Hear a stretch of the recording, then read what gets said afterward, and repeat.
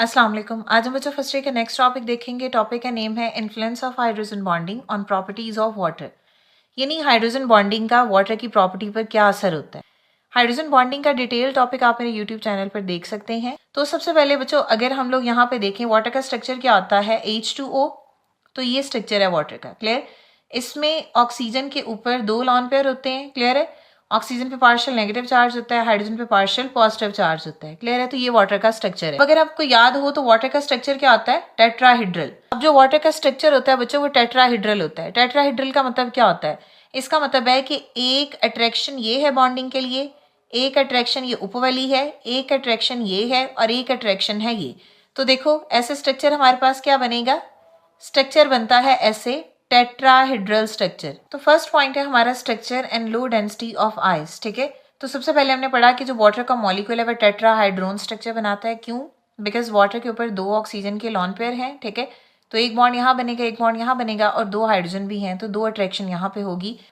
तो जो हमारे पास ओवरऑल स्ट्रक्चर बनेगा वो बनेगा बच्चों टेट्राहेड्रल स्ट्रक्चर। अब हमने देखना है structure and low density of ice, ठीक है।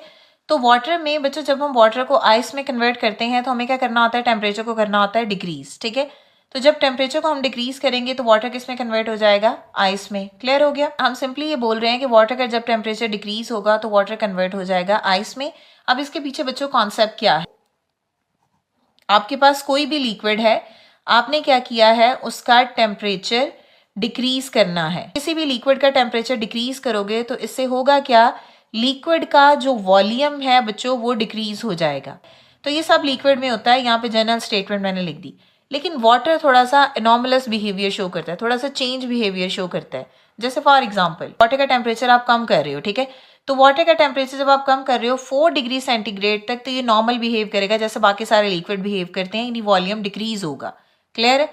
वॉल्यूम डिक्रीज होगा 4 डिग्री सेल्सियस तक, क्लियर हो गया। अब जब आप 4 डिग्री सेल्सियस से भी नीचे टेम्परेचर करते हो तो यहाँ पे वॉल्यूम डिक्रीज होने की बजाय वॉल्यूम इंक्रीज होना शुरू हो जाता है, यानी वाटर जो है वो एनॉमलस बिहेवियर शो करना शुरू कर देता है, ठीक है। बाकियों से उल्टा बिहेवियर शो करेगा। नॉर्मली क्या होता है कि जब आप किसी भी लिक्विड का टेम्परेचर डिक्रीज करते हो तो उसका वॉल्यूम भी डिक्रीज होता है। वाटर भी सेम काम करेगा but up to 400 degree Celsius. 400 degree Celsius से नीचे जब आप टेम्परेचर को और ज्यादा लो करते हो तो इससे क्या होता है कि वॉल्यूम जो है वो इंक्रीज करना शुरू कर देता है। अब बच्चों इसके पीछे रीजन क्या है, अब हमारे पास एक फॉर्मूला है डेंसिटी का, density is equal to mass पर यूनिट वॉल्यूम।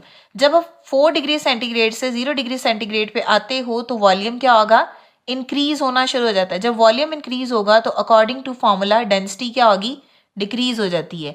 यही वजह होती है कि जो आइस है वो फ्लोट करती है वाटर पर, क्योंकि उसकी डेंसिटी डिक्रीज होती है। अब इसका रीजन क्या है बच्चों, एक तो इसका रीजन बच्चों ये है कि जब आप टेम्परेचर 4 डिग्री से 0 डिग्री सेंटीग्रेड पर लेके आते हो तो जो मॉलिक्यूल है वाटर का उसके अंदर रेगुलरिटी आना शुरू हो जाती है, ठीक है।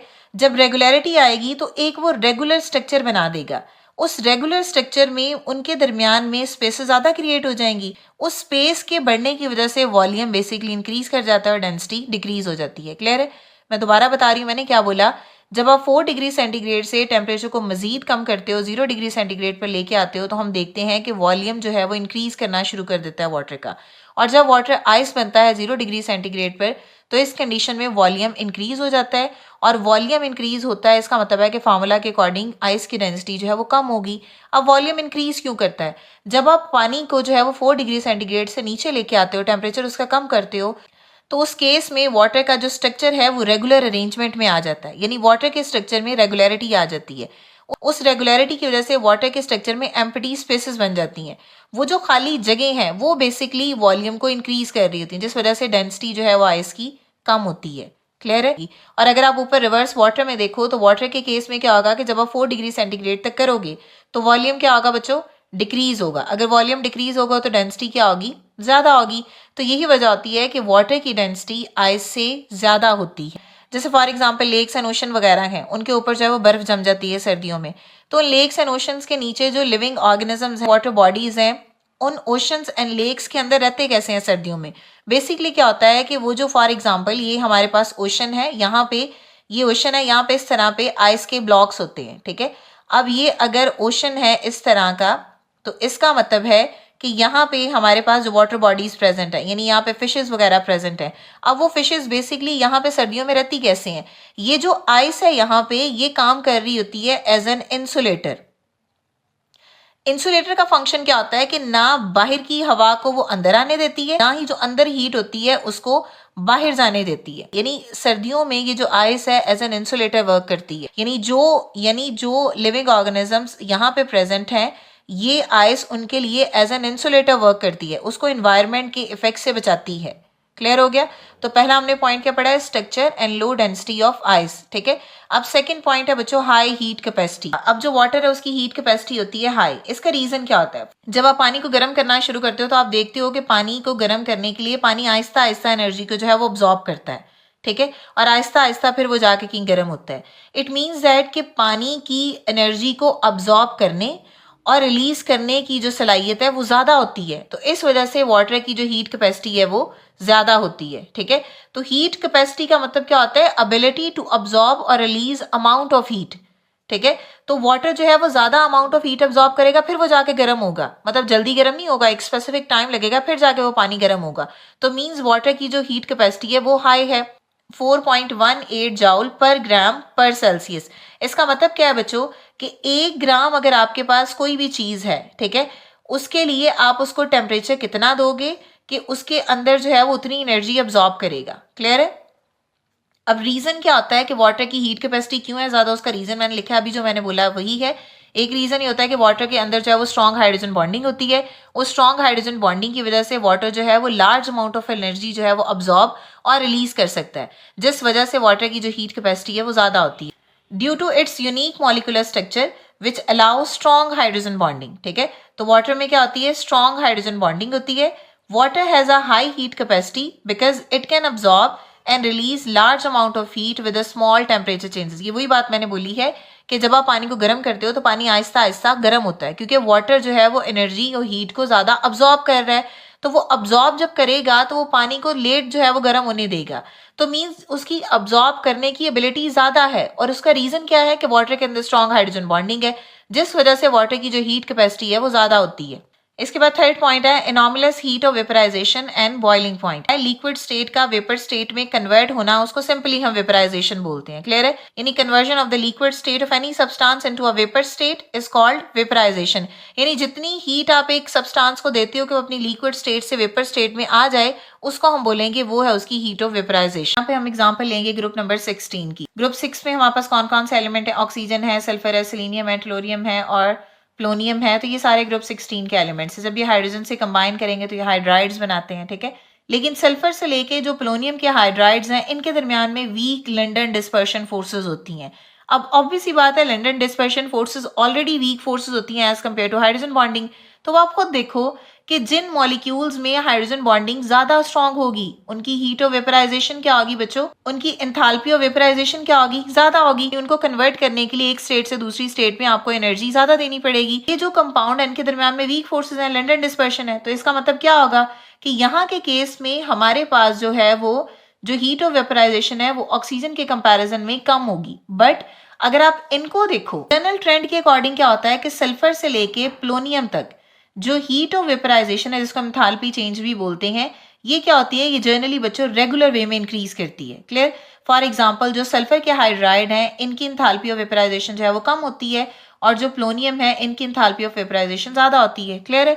अब होना तो ये चाहिए कि ऑक्सीजन की जो हीट ऑफ वेपराइजेशन है वो सल्फर से कम होनी चाहिए, बिकॉज यही हमने ट्रेंड बताया ना कि ऊपर से नीचे इंक्रीज करिए। अगर प्लोनियम की सबसे ज्यादा है तो ऑक्सीजन की तो कम होनी चाहिए, लेकिन ऐसा होता नहीं है। इसके पीछे मेन रीजन होता है हाइड्रोजन बॉन्डिंग का। बेसिकली वाटर के दरमियान में बच्चों होती है हाइड्रोजन बॉन्डिंग।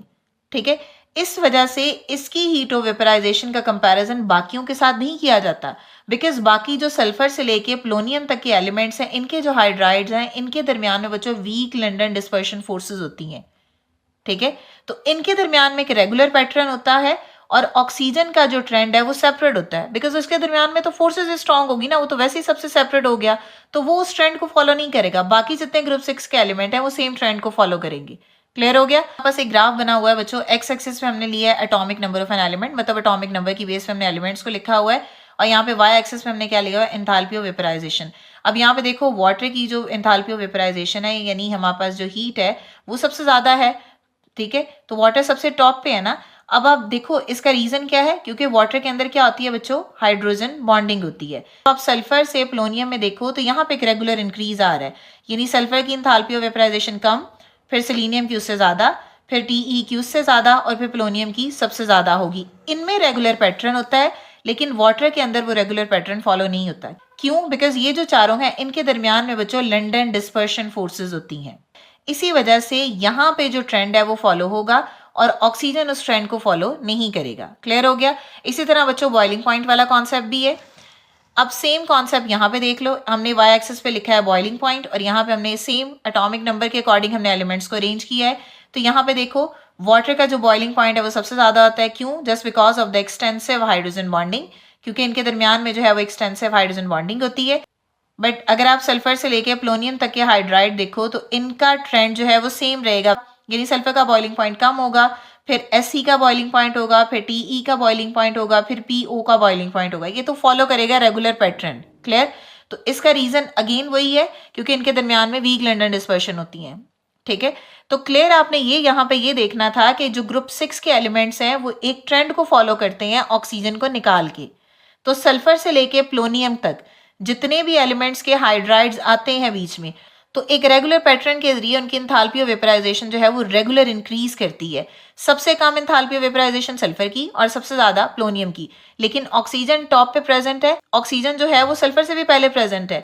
तो जनरल वे में क्या होना चाहिए था कि ऑक्सीजन की एंथैल्पी ऑफ वेपराइजेशन भी कम होनी चाहिए थी, लेकिन ऐसा हुआ नहीं। क्यों? क्योंकि ऑक्सीजन के अंदर जो है, क्योंकि वाटर के अंदर जो है वो हाइड्रोजन बॉन्डिंग होती है और बाकी जो सल्फर से पोलोनियम तक हैं उनके मॉलिक्यूल जो हैं उनके दरमियान में वीक लंडन डिस्पर्शन होती है, जिस वजह से वो सेम पैटर्न को फॉलो करते हैं और जल्दी ब्रेक हो जाते हैं और कम हीट उनको चाहिए होती है फॉर एग्जाम्पल कन्वर्ट होने के लिए। क्लियर है? इसके बाद जो लास्ट पॉइंट है सरफेस टेंशन एंड विस्कोसिटी, ये कि water has a high surface tension and viscosity.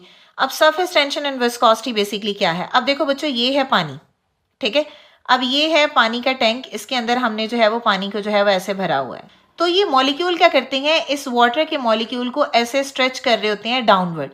ठीक है, तो ये जो डाउनवर्ड पुल है ना वाटर का, ये वाला, इसको हम बेसिकली बोलते हैं ये है सरफेस टेंशन। ठीक है, और विस्कोसिटी क्या होती है? किसी भी लिक्विड के फ्लो में जो रेजिस्टेंस होगी ना वो विस्कोसिटी होगी। ठीक है, गाढ़ापन जैसे। तो चलो अब यहाँ पे अगर हम देखें तो वाटर के केस में वाटर की सरफेस टेंशन भी ज्यादा है, वाटर की विस्कोसिटी भी ज्यादा है। तो रीजन अगेन बार बार हम बात कर रहे हैं हाइड्रोजन बॉन्डिंग की, तो इसके पीछे बच्चों रीजन सेम ही है, वो है हाइड्रोजन बॉन्डिंग। वाटर में एक्सटेंसिव हाइड्रोजन बॉन्डिंग होती है। तो सरफेस टेंशन पढ़ लेते हैं, क्या है? It is a downward pull of the water molecule at the surface, यानी जो सर्फेस से डाउनवर्ड पुल होता है उसको हम बोलते हैं वो है surface tension, because it making the water surface stretched and strained. तो वाटर सरफेस क्या हो जाती है? स्ट्रेच हो जाती है, स्ट्रेन हो जाती है, मतलब उसमें एक जो है वो खिंचाव आ जाता है जिसको हम टेंशन बोलते हैं। ठीक है, तो रीजन क्या होता है? तो this downward pull is just because of the hydrogen bonding. तो ये जो डाउनवर्ड पुल है इसकी सारी की सारी वजह ही सिर्फ और सिर्फ हाइड्रोजन बॉन्डिंग ही होती है। उसके बाद नेक्स्ट विस्कोसिटी क्या है? विस्कोसिटी हम बोलते हैं resistance by the liquid to its flow, यानी किसी भी लिक्विड के फ्लो में जो रुकावट है ना उसको हम बोलते हैं विस्कोसिटी। यहाँ पे हम वाटर को कंपेयर कर देते हैं हाइड्रोकार्बन से और अल्कोहल से। तो water has a higher viscosity as compare to lower hydrocarbon, जिसमें एग्जांपल हमने ली है अल्केन्स की यानी हेक्सेन की, और दूसरी जो है वो अल्कोहल जिसमें हमने एग्जांपल ली है एथेनॉल की। इसका मतलब क्या है? एक जगह पे वाटर को जमीन पे फेंको और थोड़ी दूर ही जो है वो उसी जगह पे आप लोग हाइड्रोकार्बन और अल्कोहल को फेंको, तो आप देखोगे कि हाइड्रोकार्बन और अल्कोहल जो है वो वाटर की निस्बत ज्यादा मूव करते हैं। ठीक है, क्यों? क्योंकि वाटर की जो है वो हायर विस्कोसिटी होती है as compare to lower hydrocarbon and alcohol. ठीक है, तो रीजन वही होता है क्योंकि वाटर के अंदर स्ट्रॉन्ग हाइड्रोजन बॉन्डिंग होती है। क्लियर है? और अगर हम इनमें देखें तो हाइड्रोकार्बन में हाइड्रोजन बॉन्डिंग नहीं होती, बट जो अल्कोहल है उनमें हाइड्रोजन बॉन्डिंग होती तो है, लेकिन उसकी जो स्ट्रेंथ और उसका जो एक्सटेंट है वो लेस देन होता है वाटर से। इसी वजह से जो अल्कोहल है उसका फ्लो जो है वो ज्यादा होता है as compare to water. Clear है?